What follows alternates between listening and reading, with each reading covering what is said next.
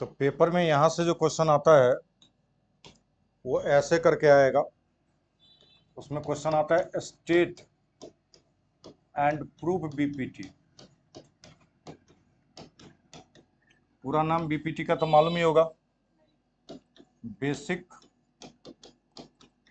Proportionality theorem बोलते हैं इसको। और इसी का दूसरा नाम अगर ऐसे नहीं होगा तो बोलता है थेल्स थ्योरम। ठीक है, थेल्स थ्योरम आएगा। और ये पक्का क्वेश्चन होता है, 100% क्वेश्चन होता है, जो आता ही आता है। ठीक है, और ये सेक्शन डी का शायद हो सकता है कि पहला ही क्वेश्चन हो जाए। ठीक है, स्टेटमेंट है, स्टेटमेंट में लिखोगे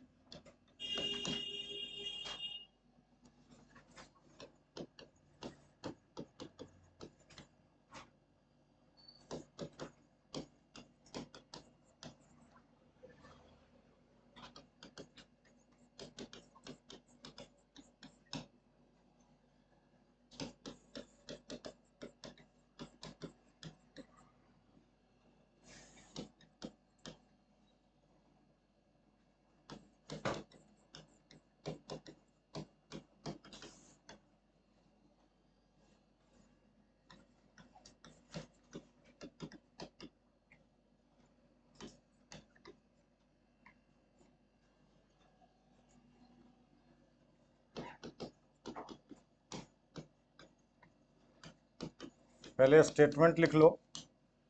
और ये स्टेटमेंट पेपर में जैसा लिखा हुआ है वैसे ही स्टेटमेंट आपको लिखना होगा। ठीक है, इसमें कोई अपने मन से बना करके नहीं लिख पाएंगे और लिखना भी नहीं होता है। पहले इतना लिखो, इसके बाद इसका प्रूफ बताता हूँ।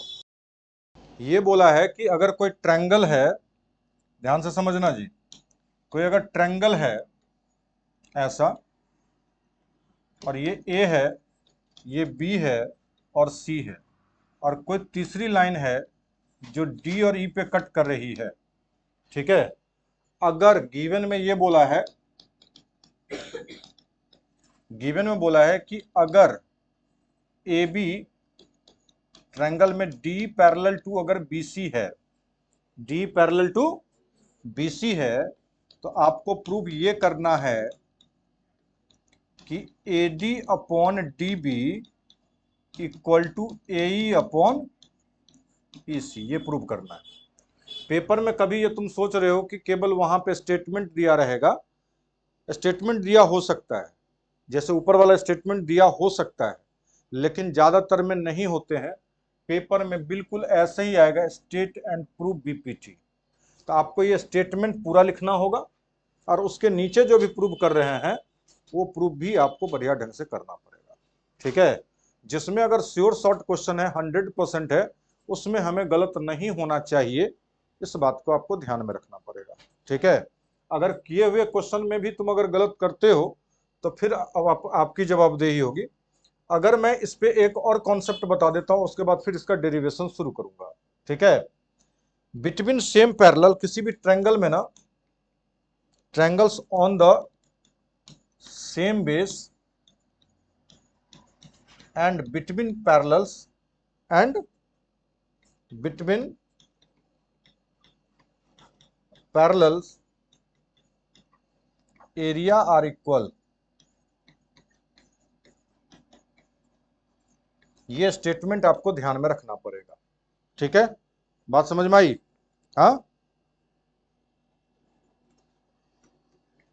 ये बात समझ में आई कि अगर इसका यूज है कहीं पे, अब कहां पे यूज है वो जब मैं डिराइव करूंगा अभी तब शायद समझ में आ जाएगी। सब एडी और बीडी जो हमेशा इक्वल ही होंगे। एडी और इक्वल रेशियो में इक्वल होगा, रेशियो में इक्वल होगा, ये नहीं कि एडी इक्वल टू डीबी है। अगर ऐसा होगा तो फिर तो डी तो मिड पॉइंट हो जाएगा, वो नहीं है। तो हम एक परपेंडिकुलर डालेंगे यहाँ पे और एक परपेंडिकुलर डालेंगे यहाँ पे। इसका परपेंडिकुलर का नाम Q और इसका नाम P दे देते हैं। ठीक है, बात समझ में आई? तो ये इस चीज को क्या बोलोगे? कंस्ट्रक्शन बोलोगे। क्या बोलोगे? कंस्ट्रक्शन। लिखोगे कैसे कि ड्रॉ DQ परपेंडिकुलर किस पे? AC और बोलो EP, EP ना, EP perpendicular AB and join B to E और D to C, join B to E and C to D। पहले इतना पूरा कहानी लिख लीजिए। ये पूरा लिखने के बाद इसका डेरिवेशन का शुरू होगा। ध्यान से समझो मैंने क्या बोला है। एक परपेंडिकुलर इस पे डाला है, एक परपेंडिकुलर उस पे डाला है। दूसरी बात, इसको हमने ज्वाइन किया दिया, ये P है। और अभी जब ये पूरा प्रूव कर दूंगा, समझा दूंगा, तो ये स्टेटमेंट सबसे सुनूंगा मैं। ठीक है, ये स्टेटमेंट, क्योंकि बच्चे ये सोचते हैं कि पेपर से एक दिन पहले, आधा घंटा पहले मैं स्टेटमेंट याद कर लूंगा, लेकिन वो याद नहीं हो पाता है। तो आपका स्टेटमेंट अभी मैं जस्ट कुछ देर में सुनूंगा। ठीक है, तब पहले कंस्ट्रक्शंस तक लिख लीजिए, उसके बाद मैं इसको डिराइव करके बताता हूं कि कैसे होगा आगे। मैंने ये बात बोला है ना, ये कि triangle on the same base and between parallel, हाँ, एरिया क्या होता है? इक्वल होता है। अब इस बात का क्या मीनिंग है जरा समझना।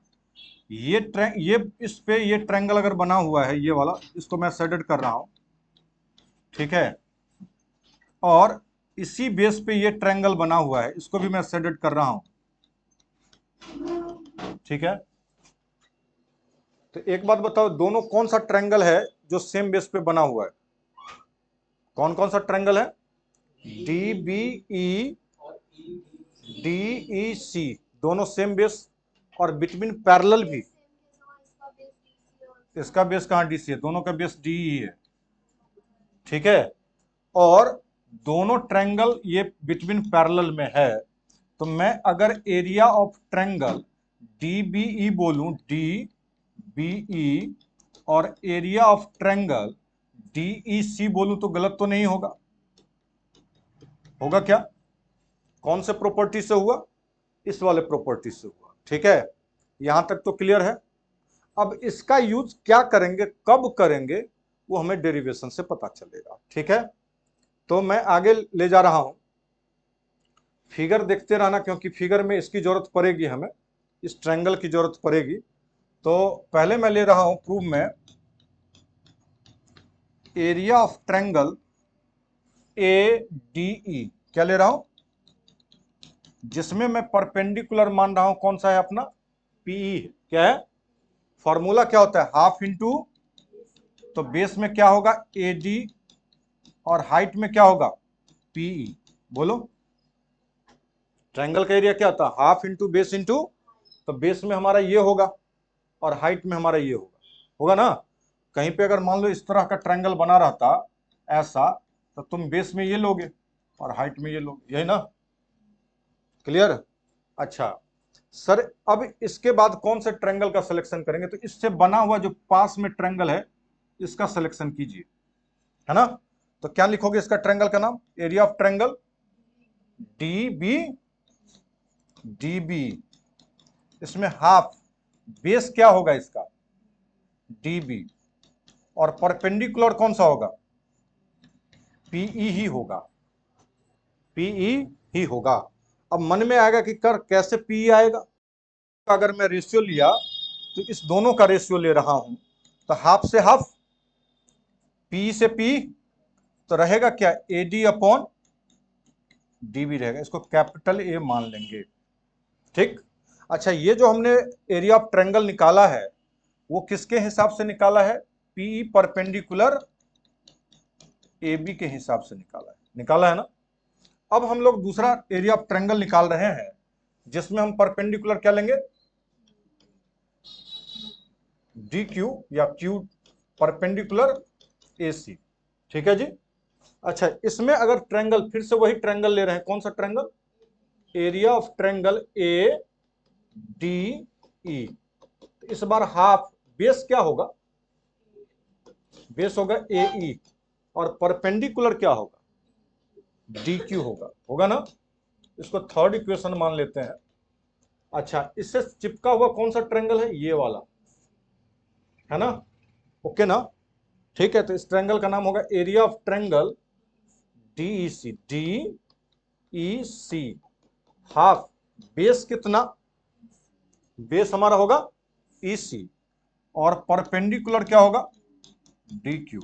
इसको चौथा मान लेते हैं। तो थर्ड को अगर मैं फोर्थ से डिवाइड कर रहा हूं, थर्ड को अगर मैं फोर्थ से डिवाइड कर रहा हूं, तो क्या बनेगा, area of triangle ADE upon area of triangle DEC equal to half से हाफ और डी क्यू से डी क्यू। तो क्या बचेगा, इसको बी मान लेते हैं। अच्छा, प्रूफ क्या करना था, गौर करके देखो, AD upon DB equal to AE upon EC. इसके राइट साइड में एडी अपॉन डीबी आ गया है, इसके राइट साइड में एई अपॉन ईसी आ गया है, इसके लेफ्ट साइड में एडीई यहां भी है, इसके राइट साइड में यहां भी एडीई है, इसके लेफ्ट साइड में डीबीई है, लेकिन यहां पे डीईसी है। लेकिन याद कीजिए कि मैंने कहीं पे दोनों का एरिया क्या किया था, इक्वल किया था, याद आ रहा है, दोनों का एरिया इक्वल किए थे। तो क्या लिखेंगे, तो लिखेंगे नहीं, area of triangle DBE equal to area of triangle DEC, और प्रॉपर्टी कौन सा था, triangle on the same base and between parallel area are equal. तो इसके जगह पे, अगर मैं इसके जगह पे डीईसी के जगह पे अगर मैं ADE upon area of triangle DEC के जगह पे मैं डीबीई लिख दूं तो गलत तो नहीं होगा, नहीं होगा ना। तो डी बी ई लिख दिया, और ये हो गया एई अपॉन क्या, ईसी। ये आपका बी ही तो बना, हाँ, क्लियर है। तो अगर मैं फ्रॉम ए एंड बी बोलूं, तो क्या दोनों का एलएचएस बराबर हुआ क्या, ये वाला, इसको मैं थोड़ा सा हटा करके रोमन में 1 लिया था तो 1 2 ही लिख रहा हूं। तो गौर करके देखिए, ये वाला वैल्यू, दोनों का एलएचएस बराबर हो रहा है, ये एलएचएस और ये एलएचएस बराबर हो रहा है, नहीं हो रहा है। तो दोनों का आरएचएस क्या होगा, इक्वल होगा। तो AD upon DB equal to AE upon EC. ठीक है, हेंस प्रूफ।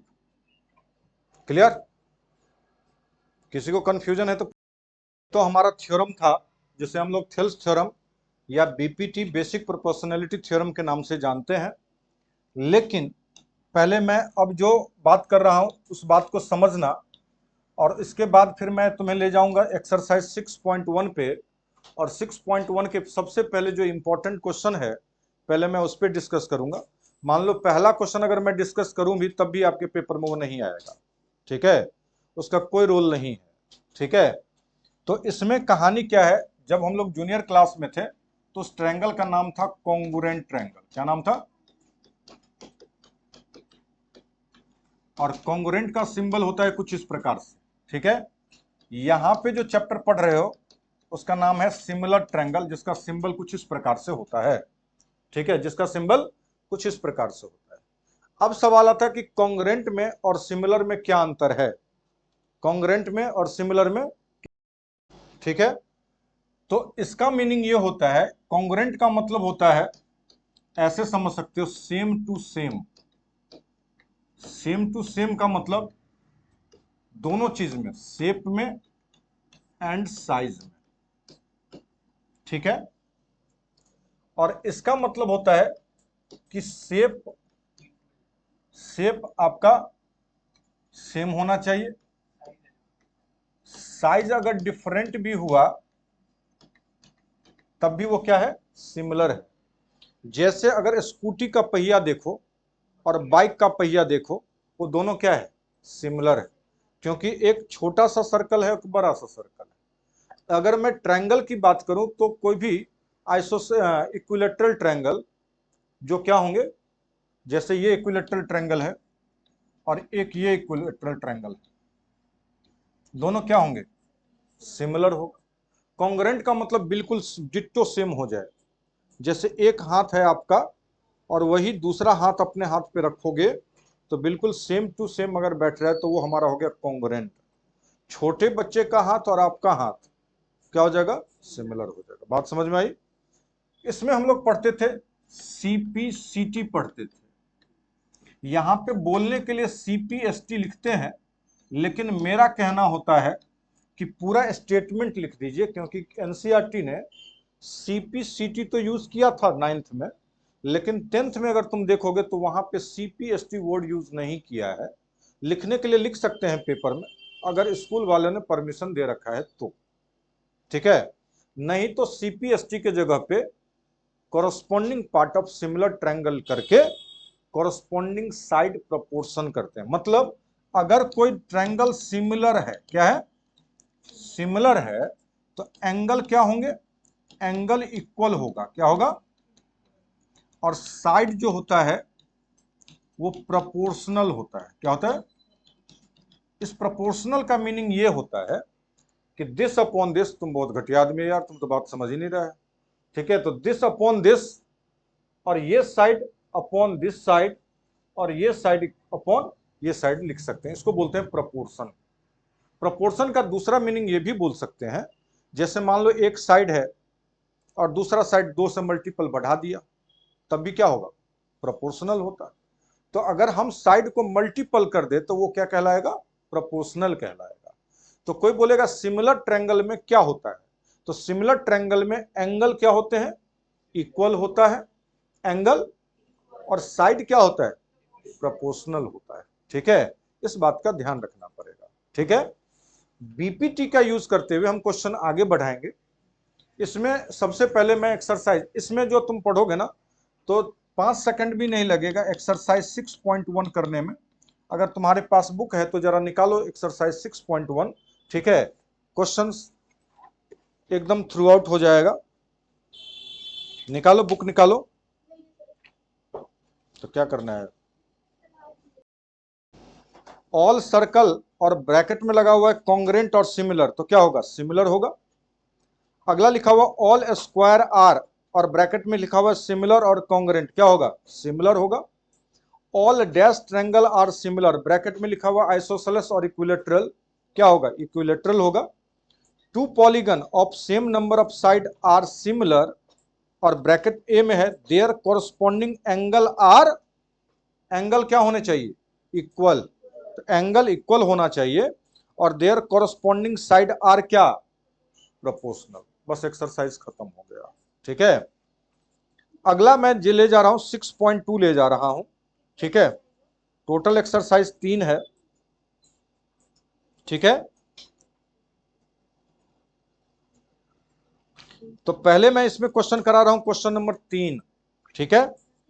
क्वेश्चन नंबर 3 में पहले करा रहा हूं, 3 4 5 6 में पहले कराऊंगा, मतलब 10 तक पहले जाऊंगा, फिर उसके बाद 1 2 पे आऊंगा।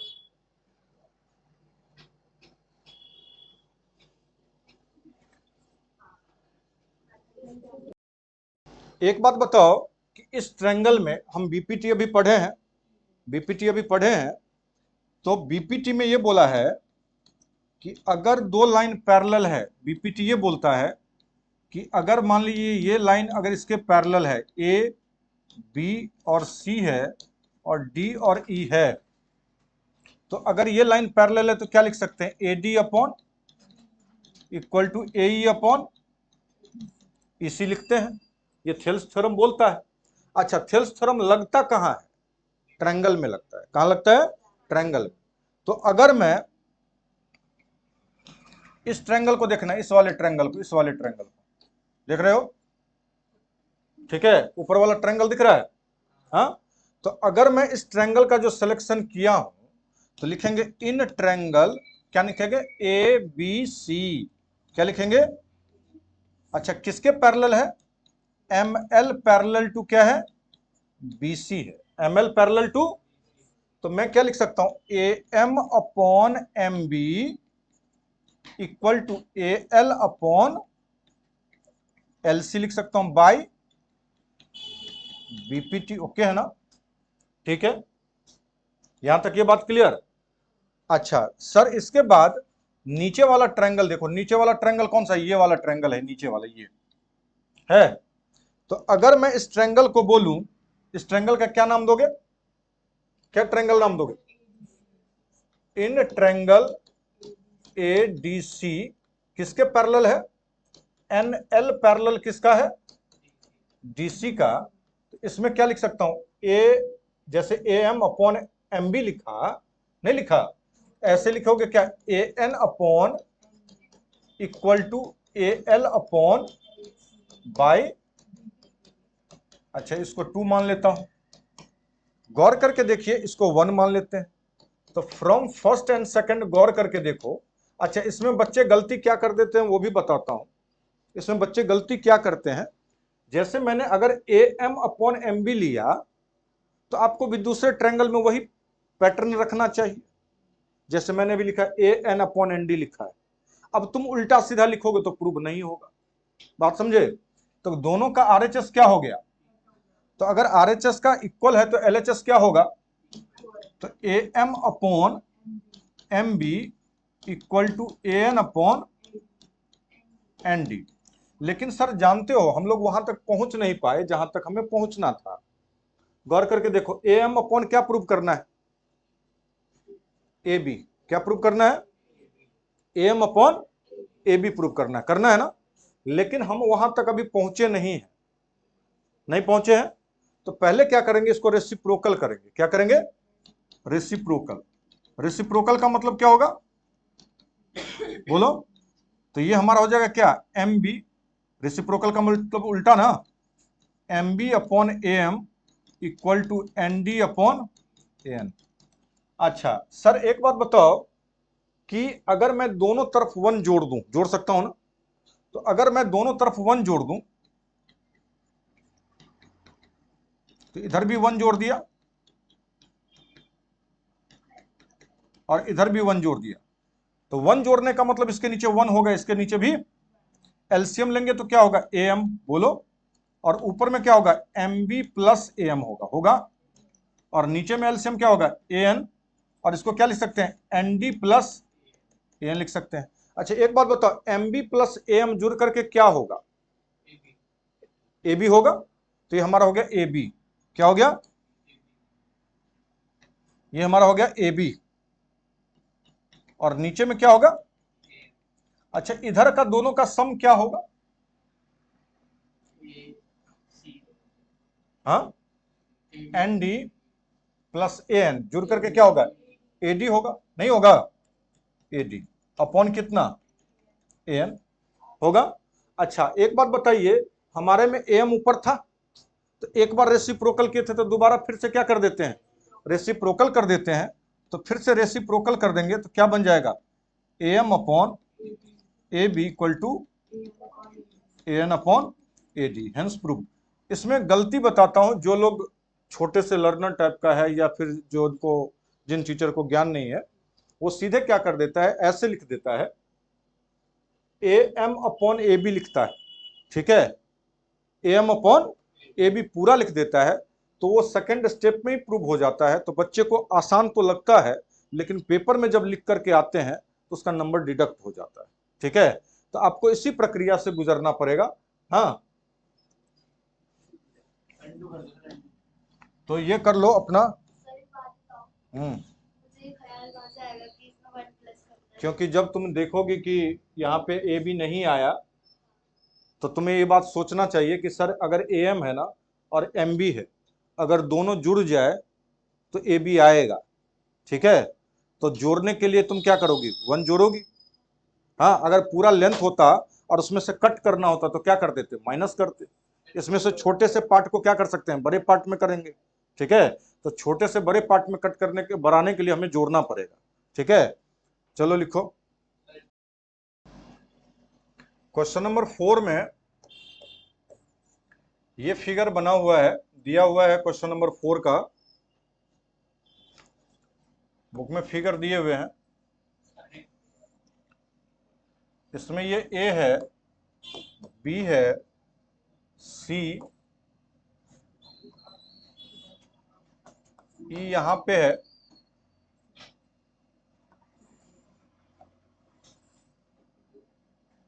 डी यहां है और एफ यहां है। पहले ध्यान से समझ लेना क्वेश्चन। क्वेश्चन में ये बोला है, गिवन जो दिया हुआ है उस गिवन में ये बोला गया है कि डीई पैरेलल जो है वो एसी का है और डीएफ पैरेलल एई का है। तो टू प्रूव जो है उसके लिए बोला है कि BF upon F E equal to B upon EC. अच्छा, हमें बीपीटी, जब पैरेलल बोलेगा तो बीपीटी लगाना है, तो पैरेलल के लिए हमें ट्रायंगल का भी सिलेक्शन करना चाहिए। तो ट्रायंगल का अगर हम सिलेक्शन करना चाहें ध्यान से, तो सबसे पहले देखो, पहले ये बोला है, पहले मैं मार्क कर देता हूं कि ये पैरेलल किसका बोला है। तो डीई पैरेलल टू एसी, और दूसरे में बोला है डीएफ, ये 3 लाइन वाला कर रहा हूं, एई के पैरेलल है। ये बात समझ में आ गई होगी। हाँ, तो अगर हम ट्रायंगल सिलेक्शन करें, अगर हम ट्रायंगल सिलेक्शन करेंगे तो गौर करके देखो, पहले डी पैरेलल किस में है, एसी में। तो कौन सा ट्रायंगल सेलेक्ट करोगे, ये वाला ट्रायंगल सेलेक्ट करोगे, हाँ या ना, यही करोगे। जिसमें फिगर कुछ इस प्रकार से बनेगा, फिगर में बना करके दिखा रहा हूं। अगर हम प्रूफ पे जाएं तो एक बात बताओ, डीई पैरेलल, तो डीई पैरेलल है किसके, एसी का। तो कौन सा ट्रायंगल लोगे, in triangle A B C लिखेंगे। तो गौर करके देखिएगा, फिगर में कुछ इस प्रकार से फिगर बनेगा, जिनको कंफ्यूजन हो उनके लिए। ये ए है और ये सी है और ये बी है। ये तो पैरेलल का सिंबल था ही, किसके पैरेलल था जी, डीई के पैरेलल था। किसके था, डी के पैरेलल था ना। फिगर मैंने कट कर लिया। अब बताओ, इसमें मैं अगर लिखना चाहूं तो ऐसे लिख सकता हूं कि DB upon AD equal to, इधर से लिए हैं तो इधर से ही लेना होगा, B upon EC by BPT. ये तो क्लियर है। अच्छा, दूसरा ट्रायंगल बताओ, दूसरा ट्रायंगल कौन सा बोला गया है, 3 लाइन वाला कौन सा ट्रायंगल लेंगे, कौन सा है, in triangle B A E, B A E. इसमें से अगर ट्रायंगल बनाया जाए तो कुछ इस प्रकार से ट्रायंगल बनेगा, जिसमें ए यहां है, ई यहां है, और ये पैरेलल किसके हैं जी, डीएफ के। किसके पैरेलल है, डीएफ का पैरेलल है, और ये बी था। तो इसमें लिखना पड़ेगा, ये जो बात लिखे ना, तो यहां पे ये बात लिखनी पड़ेगी कि डीई पैरेलल किसके थे, एसी का। ये बात लिखना पड़ता है। ठीक है, इसमें भी लिखना पड़ेगा कि डीएफ पैरेलल किसका होगा, एई का होगा।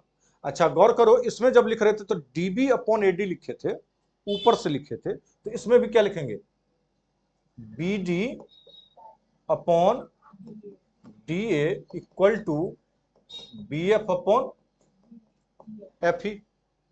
नहीं लिखेंगे, ये लिखेंगे। रूल कौन सा लगेगा, बाई बीपीटी। अच्छा, पहले और दूसरे में गौर करके देखो, दोनों का एलएचएस क्या है, सेम है, तो आरएचएस भी क्या होगा। तो from first and second, from first and second क्या लिखेंगे, BE upon EC equal to BF upon F E, hence proved. अच्छा, कोई आदमी ऐसा भी बोल सकता है कि सर यहाँ पे डीबी है और यहाँ पे बीडी है, तो साइड में ए बी बोलो या बी ए बोलो, कोई फर्क नहीं पड़ता है। तो कोई फर्क नहीं पड़ेगा, लेकिन इसमें बस ध्यान रखने वाली बात है क्या, कि जब सीक्वेंस में हमने ऐसे अगर लिया था ना, तो दूसरे में भी वैसे ही लेंगे। और ज्यादा प्रॉब्लम अगर हो तो फिगर को कट कर लो, फिगर कट कर लोगे, ठीक है, तो प्रॉब्लम सॉल्व करने में दिक्कत नहीं होगी। लिखो इतना पहले करके देखो। पहले हम ट्रायंगल सेलेक्ट करेंगे। DE पैरेलल OQ है, DE पैरेलल OQ है, तो DE पैरेलल OQ है, कौन से ट्रायंगल में बन रहा है? POQ या PQO में बन रहा है। तो पहले ट्रायंगल सिलेक्शन करना अगर सीख जाओगे तो अपने आप बनेगा। तो पहले लिखेंगे प्रूफ में, कौन सा ट्रायंगल लिखोगे?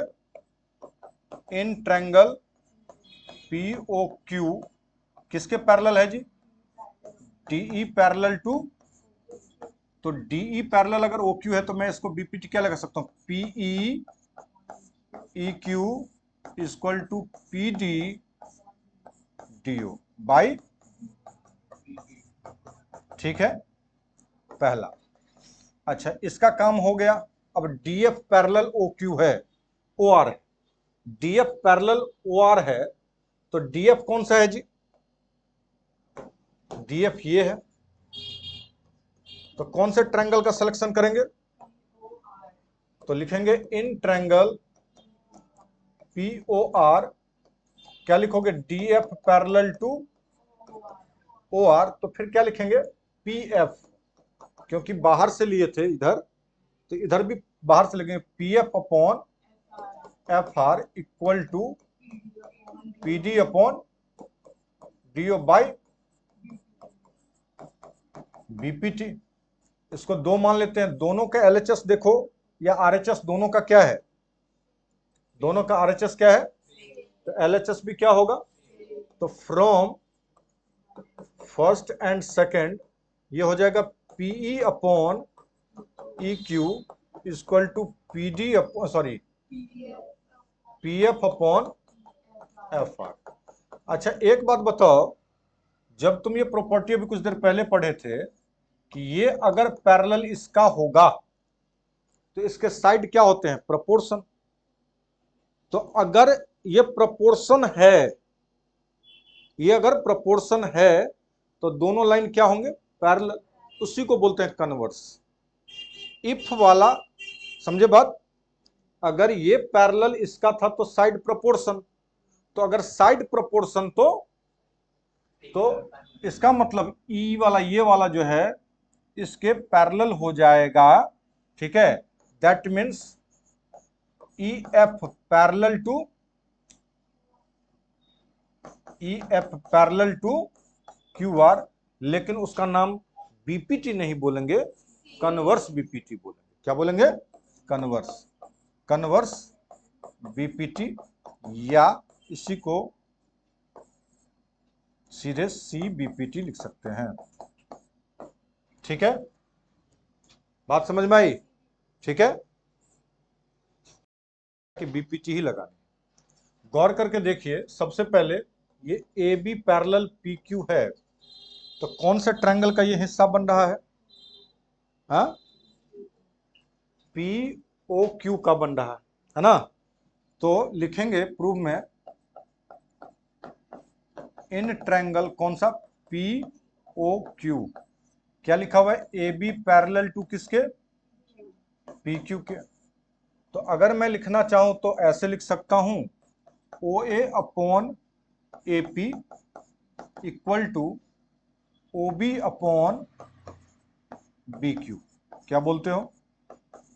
By BPT। ठीक है, अगर ये इसके पैरेलल है तो दिस अपॉन दिस और दिस अपॉन दिस है ना। ठीक है, ये बात समझ में आ गई कि ये ट्रायंगल है। अच्छा, इसका काम हो गया, इसका काम हो गया ना। अब किसका काम रह गया है? AC वाले का। तो गौर करके देखो, ये वाला किसके है? इसके है। तो कौन से ट्रायंगल का सिलेक्शन करोगे? तो जैसे हमने सिलेक्शन POQ किया है, ऐसे ही नाम लिखने में भी अरेंजमेंट करें तो ठीक रहेगा। तो क्या लिखोगे? ट्रायंगल POR, क्या लिखोगे? अच्छा, गौर करके देखो, OA लिए थे ना ऐसे, इसमें भी क्या लिखोगे? पहले तो ये बात लिखना पड़ेगा कि पैरेलल में क्या था। पैरेलल में क्या था? AC पैरेलल टू PR था, नहीं था? AC parallel to PR। अच्छा, इसको फिर से लिखेंगे क्या? OA अपॉन AP जैसा लिखे हैं equal to OC upon CR by BPT। अच्छा, इस क्वेश्चन सबसे इतना सीखने को मिल गया कि सर अगर मैं फिगर काटना सीख लिया और BPT लगाना सीख लिए तो वो प्रूफ आसान है। अच्छा, दोनों का LHS बराबर है कि RHS बराबर है? तो फ्रॉम फर्स्ट एंड सेकंड दोनों का LHS क्या है? तो इसका मतलब RHS भी क्या लिख सकते हैं? अच्छा, ऐसे लिख सकता हूं, ठीक है।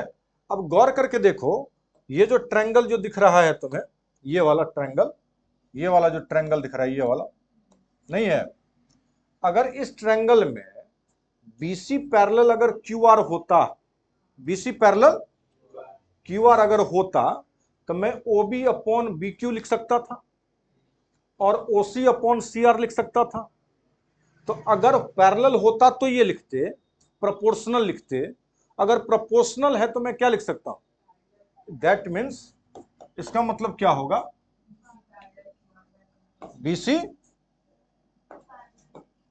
BC parallel to QR by CBPT। वैसे प्रॉपर होता है, लिखना पड़ता है बाय कन्वर्स BPT लिखना पड़ता है ना, CONVERSE करके लिखना पड़ता है। हमें नहीं लग रहा है अभी तक अगर कॉन्सेप्ट क्लियरिटी होगा, ठीक है, तो इसमें किसी प्रकार का प्रॉब्लम अभी तक आपको नजर आया होगा। क्वेश्चन में ये बोला है कि D जो है वो मिड पॉइंट है। D क्या है? तो अगर D मिड पॉइंट है तो सिंपल सा लॉजिक है सर कि अगर D मिड पॉइंट होगा, अगर D is mid point of side अगर AB, तो मिड पॉइंट का मतलब होता है इक्वल, नहीं होता है? तो इसको मैं AD इक्वल टू क्या बोल सकता हूं? DB बोल सकता हूं।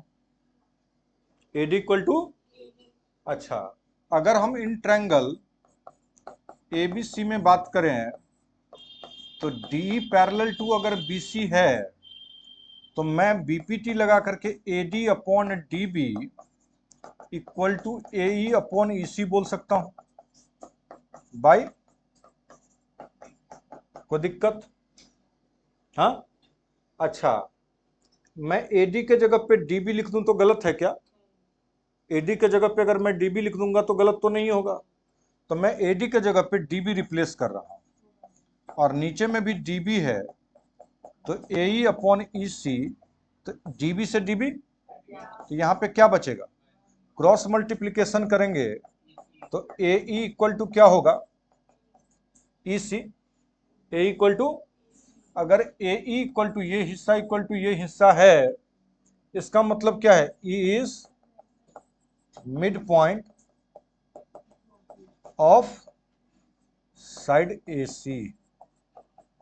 ठीक है, प्रूफ क्लियर? ये बोला है कि D भी मिड पॉइंट है और E भी मिड पॉइंट है, तो प्रूव ये करना है D पैरेलल टू BC करना है। तो अगर सर एक बात बताओ कि अगर D मिड पॉइंट है, अगर मिड पॉइंट है तो मैं प्रूफ में, अगर D is mid point,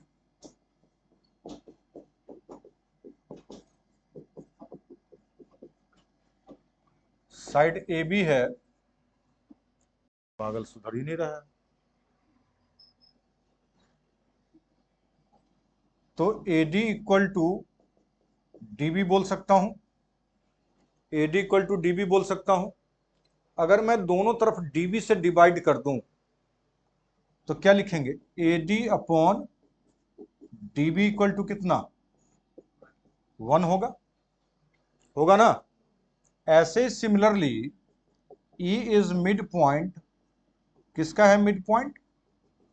of side AC, तो मैं क्या लिख सकता हूं? AE इक्वल टू क्या लिख सकता हूं?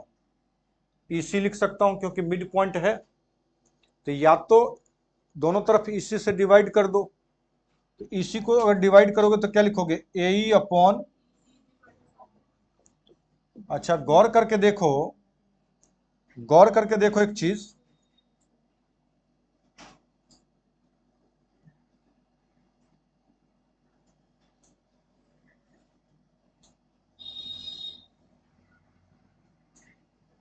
तो दोनों को अगर गौर करके देखोगे तो ये वाला पार्ट और ये वाला पार्ट का आरएचएस क्या है, इक्वल है।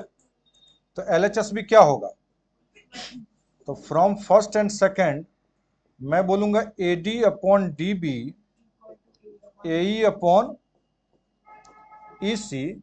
और अगर ऐसा होता है, ऐसा अगर होता है तो लाइन क्या होते हैं, कौन से रूल से, तो D parallel to BC converse BPT से, यही प्रूव करना था। ठीक है, पहले इतना लिख लो फिर आगे तब जाएंगे।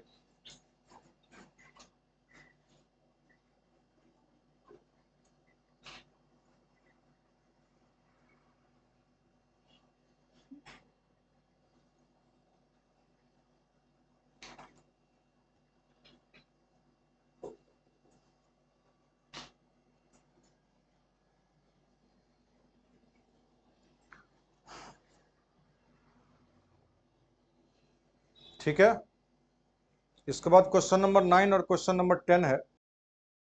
क्या बोला है, क्या बी के जगह पे, मैंने ऐसे लिया है,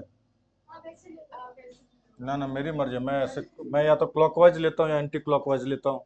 देखे होगे जब सीक्वेंस में लिखता हूँ तो या तो मैं ऐसे लेता हूँ, सीक्वेंस में ही लेता हूँ, या फिर ऐसे लेता हूँ। ठीक है, तो गिवन में बोला है, गिवन में बोला है कि ABCD is trapezium, ABCD is a trapezium. तो ट्रेपेजियम की प्रॉपर्टी जानते होगे कि आमने सामने का साइड क्या होता है, पैरेलल होता है। इसका मतलब AB पैरेलल टू क्या है, CD है, AB पैरेलल टू। अच्छा, प्रूफ में क्या करना है, तो प्रूफ में बोल रहा है कि इसके डायगोनल ना ऐसे कुछ कट हो रहे हैं, ओ पे कट हो रहा है। तो प्रूफ ये करना है, क्वेश्चन में बोल रहा है AO upon BO equal to CO upon DO।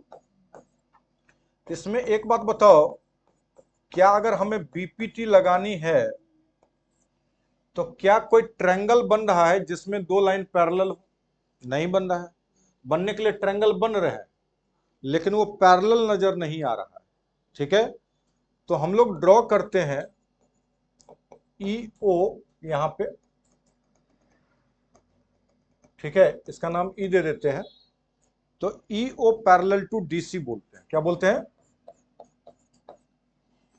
ठीक है, तो कौन सा ट्रायंगल आ रहा है अपने पास, अब अपने पास अब ये ट्रायंगल आ रहा है, ये वाला ट्रायंगल आ रहा है, नहीं आ रहा है, एक ये ट्रायंगल आ रहा है, नहीं आ रहा है, और एक जो DC वाला आ रहा है उसमें आ रहा है ये वाला, ये वाला। ठीक है, आ रहे हैं, ट्रायंगल सिलेक्शन पता चल गया।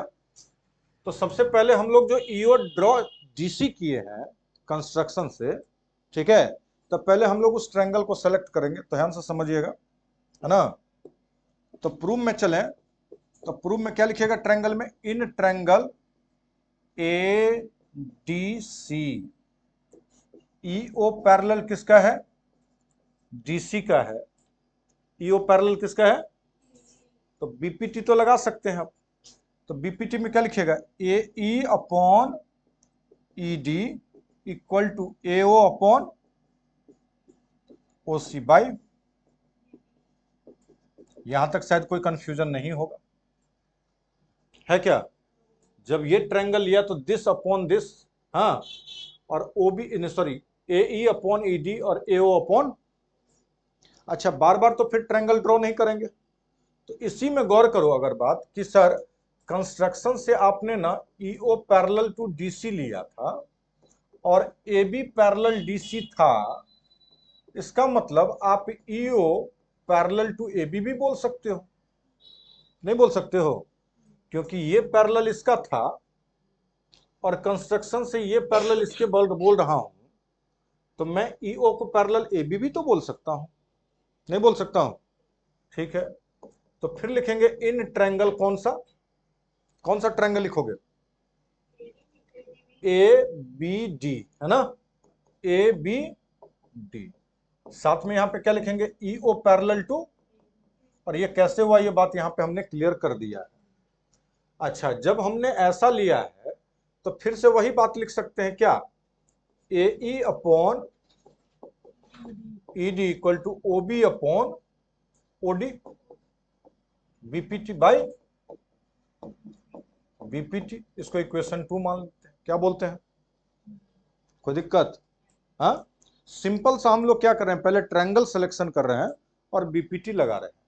गौर करके देखो, ये वाला एलएचएस और ये वाला भी एलएचएस क्या है, तो बराबर करेंगे तो फ्रॉम फर्स्ट एंड सेकंड क्या लिख सकते हैं? AO upon OC equal to OB upon OD लिख सकते हैं। लेकिन सर देखिए, एओ के नीचे क्या दिया हुआ है? एओ के नीचे क्या दिया हुआ है? तो क्या मैं एओ के नीचे बीओ ले सकता हूं? बोलो। और ये वाला पोजीशन यहां पे चेंज कर सकता हूं? नहीं कर सकते हैं। अगर इसका मल्टीप्लीकेशन करोगे तो एओ इंटू, और इसका मल्टीप्लीकेशन करोगे तो, अब इसका मल्टीप्लीकेशन करोगे तो एओ इंटू और ओबी इंटू, वही हो रहा है। तो मैं इसके पोजीशन को इसके साथ और इसका पोजीशन इसके साथ चेंज कर सकता हूं, क्योंकि हमें प्रूव करने में यही दिया हुआ था। ठीक है, तो ये लिखिए। इसके बाद जो है वो 9th क्वेश्चन, 10th क्वेश्चन है। ठीक है, उसके बाद आपका ये एक्सरसाइज ओवर हो जाएगा।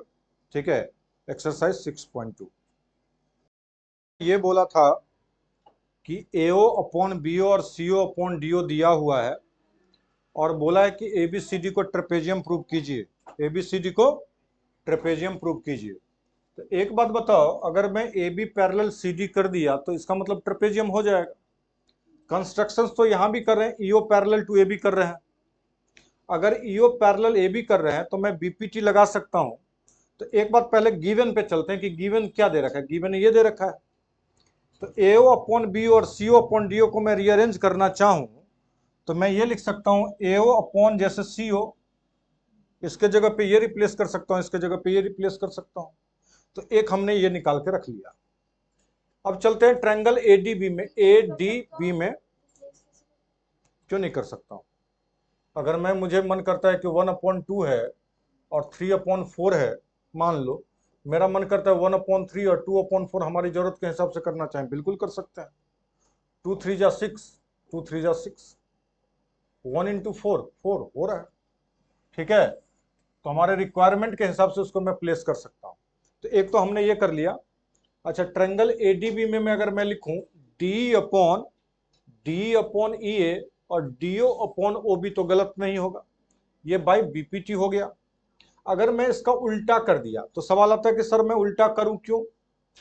तो उल्टा इसलिए करेंगे कि देखो बीओ नीचे में आ गया और यहां पे बीओ, तो इसका मतलब अगर मैं रेसिप्रोकल कर देता हूं तो फिर ये इक्वल होगा। तो दोनों का आरएचएस देखिए क्या हो गया, तो एलएचएस भी क्या हो जाएगा। अच्छा, फिर से एडीसी में देखो, एडीसी में देखो, एडीसी में एओ अपॉन सीओ लिख सकता हूं, एओ अपॉन सीओ और एई अपॉन। तो ऐसा करने से दो बातें निकल के आई। एक तो ईओ पैरेलल डीसी था, ईओ पैरेलल, और ईओ पैरेलल किसका? एबी का। तो दोनों को मैं अगर सॉल्व करूं फ्रॉम थर्ड, इसका थर्ड नाम ले लिया, इसका फोर्थ ले लिया, तो थर्ड एंड फोर्थ से क्या हो गया, दोनों में देखो ईओ ईओ दोनों में है, तो क्या हो जाएगा A B parallel to C D, और A B parallel to C D अगर हुआ तो क्या बन जाएगा, ट्रेपेजियम बन जाएगा। यहां पे हमारा टॉपिक ओवर होता है, मतलब इस क्लास का।